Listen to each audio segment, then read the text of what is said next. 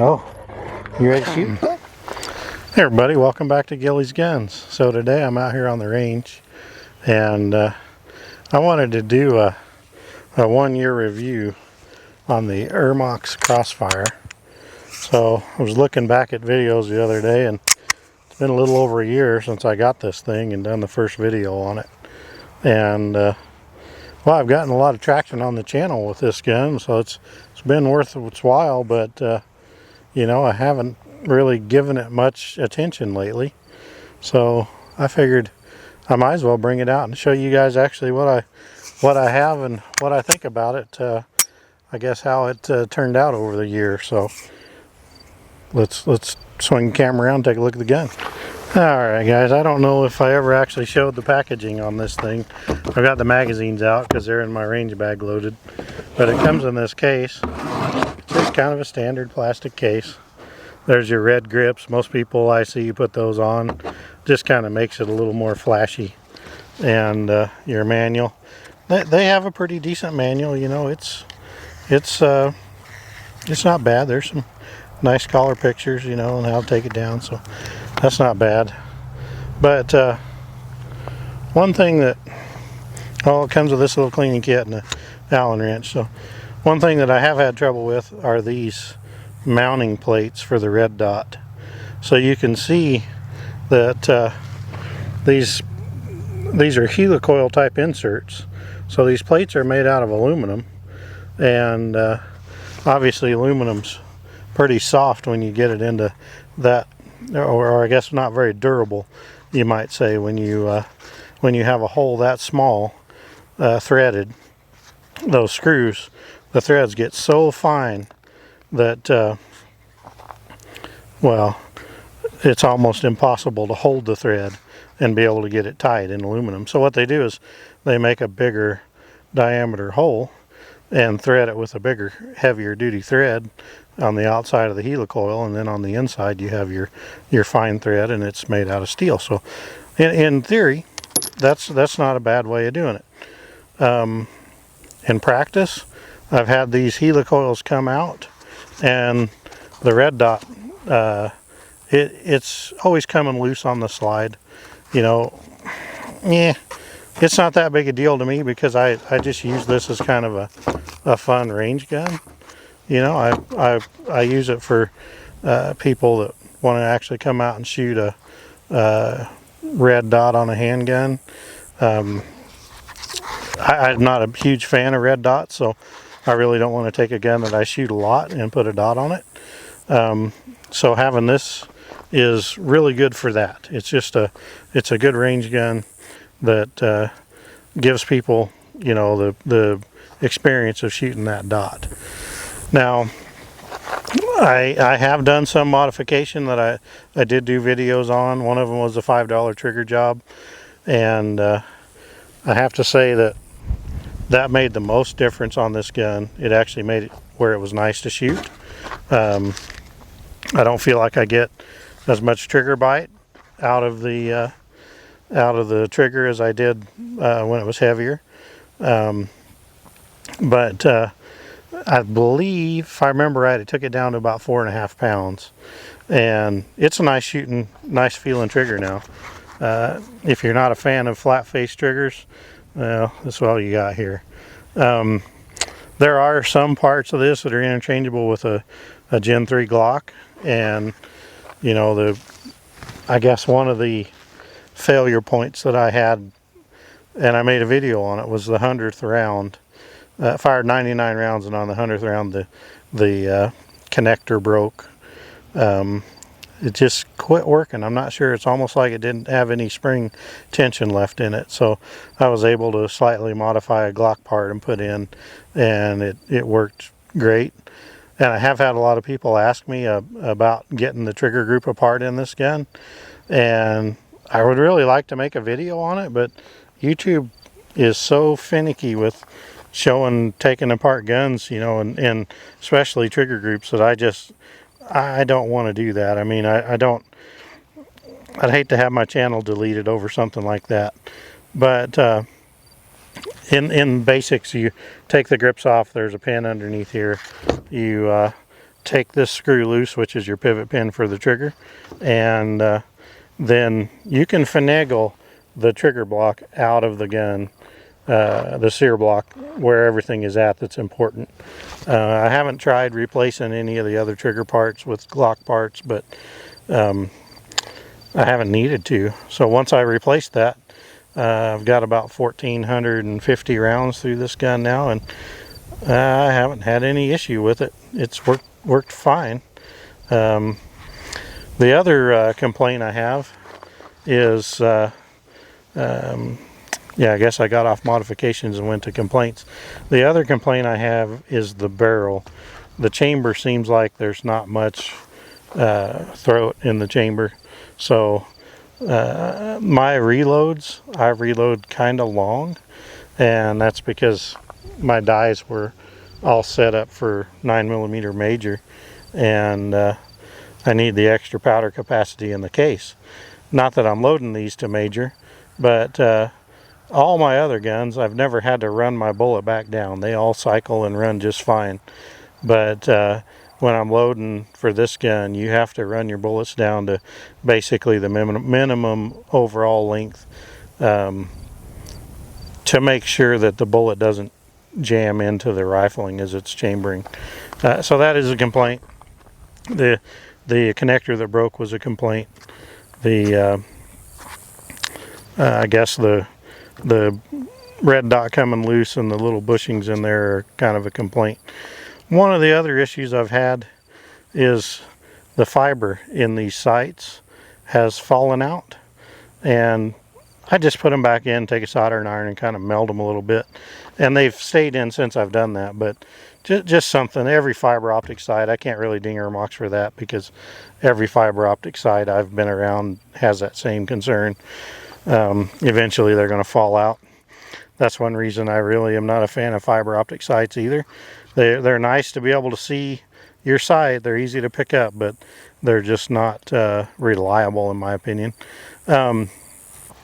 So I guess that's really the only mechanical concerns I have with this thing. The only other concern is, a lot of folks have asked me, you know, how's it feel compared to a Glock? Well, the difference between this and a Glock, if you pick up a Glock and you think the Glock feels bulky, this gun is about 100 thousandths wider in the grip area because of the grips, because of these plastic grips. So I'm not a huge fan of that. It's not terrible, you know. This little bump, you know, people say, well, that's not as bad as the Glock. The Glock, basically the Glock bump kind of tapers down to here, where this has more of a dip that holds right into the web of your hand. I'm not the huge fan of that grip, but it's not bad. It's just, you know, the width is really what gets people. If you don't have big hands, you know, that width is definitely going to be a disadvantage over a Glock 19. I have a lot of people ask me, should I get this over that? Well, whether it be, you know, the Glock 19 or the Canic, whatever, the TP9 Elite, whatever the short one is, you know, Springfield XT, they all make good quality handguns. And I can say, because of the failure I had at this at 100 rounds, I don't recommend it. What I do recommend it for is people that are like me. They don't necessarily want to spend a lot of money on a red dot handgun, but they want something that they can have around for folks to come out and try on the range. And this is perfect for that. I think if Ermox can do some improvements on here, I really think this gun will go somewhere. I would like to see it thinner in the grip, and honestly I'd rather have this bump completely gone, narrow the grip down to where you can get a good hold on it. And you know, one thing that I guess I come at from a competitive shooting standpoint is, you know, the finger grooves on the Glock, they actually slow you down when you're trying to get a grip. And to be honest, this isn't as bad, but I feel like it slows you down some as well, because you're pulling your hand into that, and you got to kind of get it positioned just right, where if I'm shooting a gun that's fairly straight on the back strap, you can just get a hold of it. You know, that's my opinion, and that's kind of one of my gripes, but it's probably not everybody's gripe. This gun, I haven't cleaned it except for after I did the trigger job. So I put 1,000 rounds through it without cleaning it. I did oil it, but I didn't clean it. And you know, it's proved reliable. That little hiccup with the connector was probably a manufacturing defect that, you know, whoever they had building those parts, you know, got one wrong. But otherwise, I think it's pretty good. I did have to change the battery in this in this Bushnell red dot, and this whole package right here is like, to me, this is like the perfect red dot for this gun, because it's really affordable, just like the handgun. So today I finally had to change the battery, and I'm gonna do a little bit of shooting here and get it up to 1,500 rounds. We'll see how it shoots. Let's check it out. All right, guys, I'm here at 10 yards. I'm gonna go ahead and shoot a few and just kind of plink around on the steel. Mainly just want to run it a little more. It is an enjoyable handgun to shoot. So if I can, I might try a Know Your Limits challenge with those golf balls.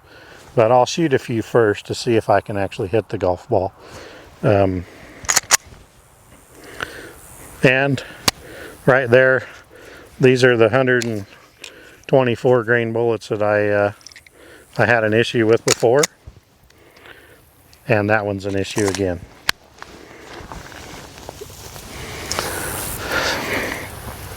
This bullet just has a little longer shoulder than what like 115 grain has, so they tend to hang up.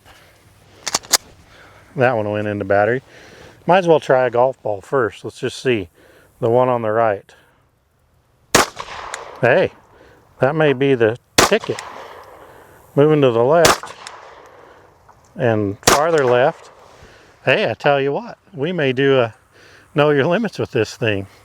That's pretty awesome. Let's see. Spinner on the left. Yep, spinner on the right. Well, you know, there's no complaints on accuracy. I haven't had any issues other than when the dot comes loose, but no other complaints. You know, 10 yards, that ain't half shabby. Yeah. Pretty hard to complain about that. Alright guys, so I've got some 124 grain plated bullets here. Let's try the golf ball challenge with, let's try the Know Your Limits challenge with these and see if the gun is accurate. Starting on the right. One. Uh-oh. Well, 2 out of 3. So I reset my golf balls and I'll move back.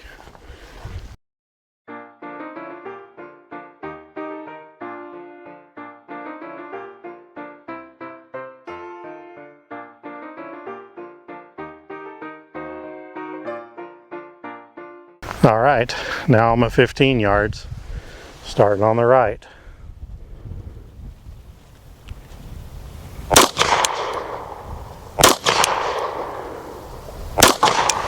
Two out of 3 again. I don't think that's too bad. I reset them again.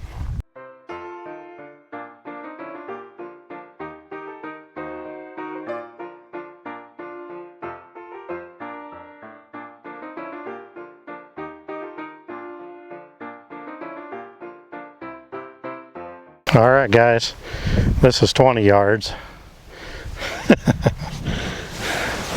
Starting on the right again. The dot in this red dot's now covering up the golf ball. Hey. 2 out of 3. Tell you what, the little booger's a shooter.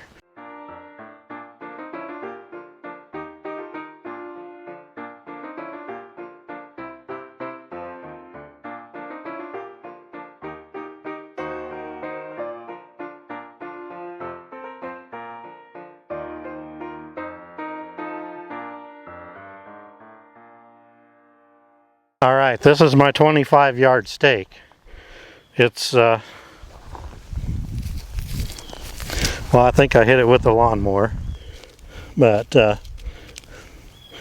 this is 25 yards.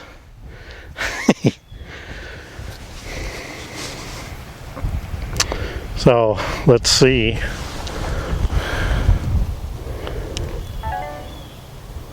The sun's not doing me any favors.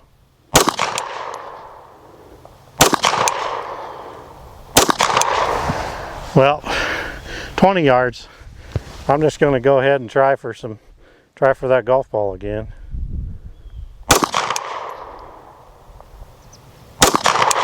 Got it. Well, I'll tell you what, I'm still pretty impressed that at 20 yards I can hit 2 out of 3 on a golf ball. So might as well close this video out. If there's any question now on whether or not it's accurate, I'd say it is plenty accurate for a defensive handgun. Let's shoot some steel.